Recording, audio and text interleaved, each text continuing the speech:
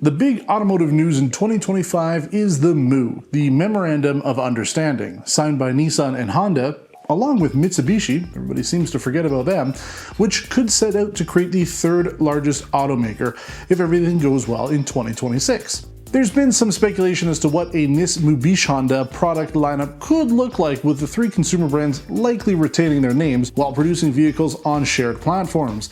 But both Honda and Nissan operate near luxury brands, so what might happen with Acura and Infiniti in a post-merger world? To understand where these two Japanese luxury brands might be heading in the future, we need to look back at the past. The late 80s were a wild time in the auto industry. With the malaise era taking its toll on automotive design and performance, the industry was poised for something new. And good things always come in threes. The Japanese government had imposed voluntary export restraints for the US market, which made it profitable for the Japanese automakers to export more expensive vehicles to the US. Honda launched its Acura division in 1986 with the Acura Legend. The following year, Nissan announced it too would enter the US luxury market with its own premium brand, Infiniti, and began reworking the Nissan President to be exported as the new Infiniti Q45, which would launch in 1990.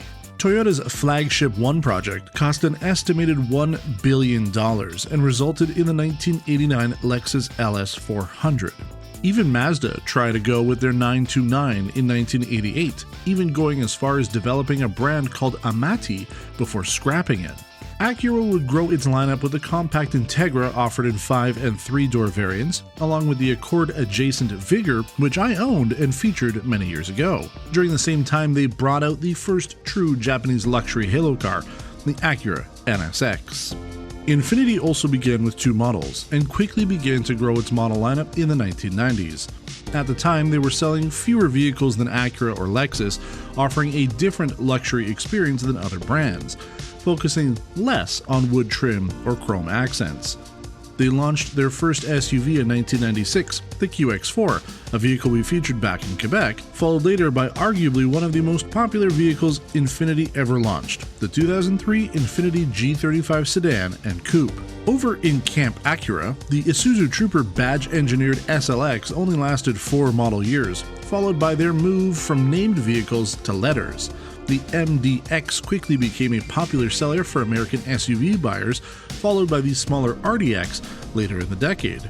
Meanwhile, the Lexus model range grew from just 2 models in 1989 to 10 in 2009, whereas Infiniti had 6 and Acura 6 with the Canadian exclusive CSX. Which brings us to the present era.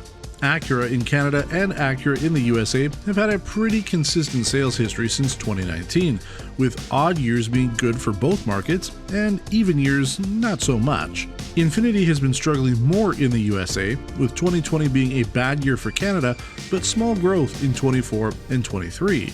Neither brand has returned to pre-COVID sales numbers, with Infiniti in both markets selling a combined 50% less vehicles in 2024 than they did in 2019, whereas Acura sales numbers have returned much closer to those from 2019. Acura outsells Infiniti nearly 5-2, but Lexus in North America outsells Acura more than 3-1. So what should happen with these two brands if the merger goes through in 2026? Well, here's what I think. Acura is the stronger brand with better sales, not to mention standalone dealerships, whereas Infiniti dealers are typically attached physically to an existing Nissan. Logistically and logically, it means that, unfortunately, Infiniti must go away. Since Acura doesn't have a full-size SUV, the new QX80 could be redesigned and blended into the Acura lineup. Maybe the QDX? The TLX only barely outsells the dinosaur that is the Q50, so realistically, both should be retired with no replacement. Acura managed to sell 1 NSX in 2024 in Canada. As cool as that car is, it's time for retirement too. Which brings us to the meat and potatoes of these brands, their SUVs. The Infiniti QX60 sells relatively well in Canada against the MDX, with a wider margin between the two in the USA. Now, unless Nissan and Honda start jointly developing a new vehicle platform today, a next-generation MDX will still ride on a Honda-derived platform. it'll take years before a true next-gen collaborative platform is ready for prime time. But a shared, adaptable platform that can be scaled to suit the vehicle will need to be at the foundation of this merger.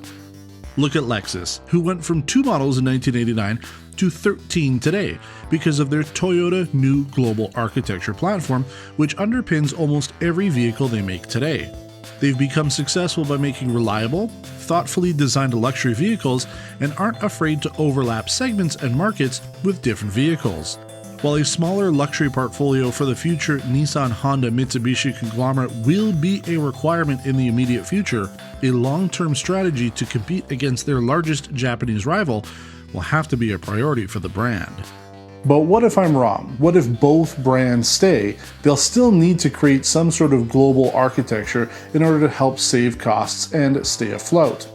Now, I did a video several years ago about Infiniti, which I strongly suggest checking out. I go over the brand in a little bit more detail and talk about why in 2020 I felt that the brand didn't need to exist anymore, and why I'm a little bit more optimistic here in 2025. But what do you think? Is there room for both brands in the future?